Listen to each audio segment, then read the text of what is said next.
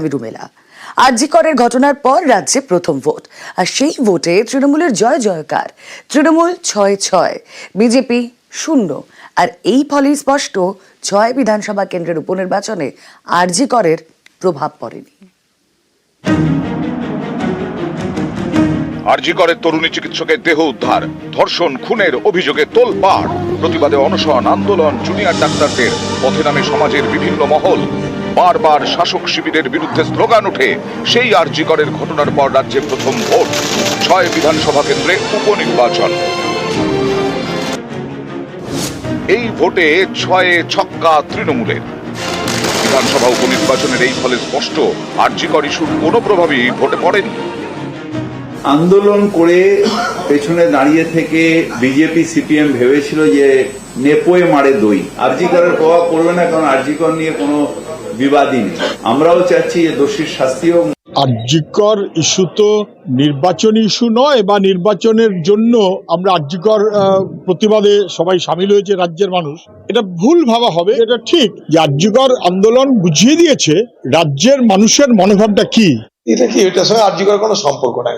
আরজি করের আলাদা ব্যাপার। এখন এখানকার গ্রাম বাংলার মানুষ তারা লক্ষ্মীর ভান্ডার জানে, তারা আবাস যোজনা জানে, ভোট তো করতেই দেয়নি এখানে। মুভমেন্ট তো কেউ ডিভিডেন্ড পাওয়ার জন্য করেনি, এটা বললে মানুষ অপমানিত হবেন।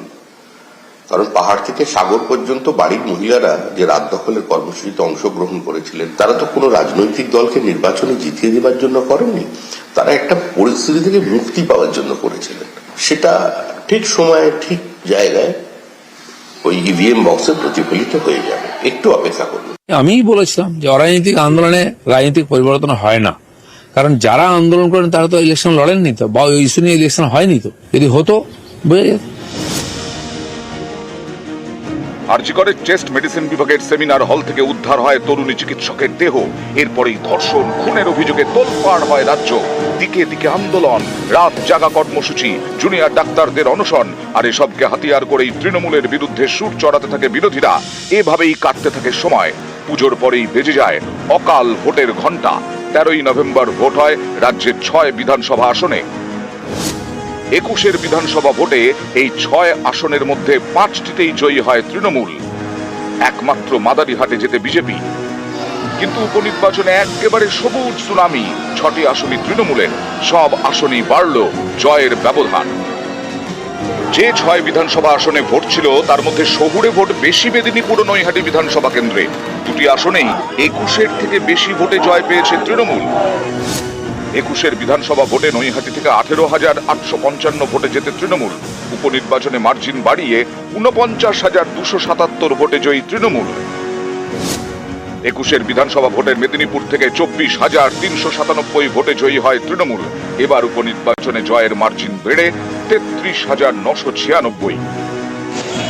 অনেকে বলছেন এই ফলে স্পষ্ট শুধু গ্রামে নয়, শহরের ভোটেও দাগ কাটতে পারেনি আরজি কর ইস্যু। কোনো আরজি করের কোনো প্রভাব পড়েনি। একমাত্র দিদির যে উন্নয়ন, সেই উন্নয়নকে নির্ভর করেই আজকে আমাদের এই ফলাফল।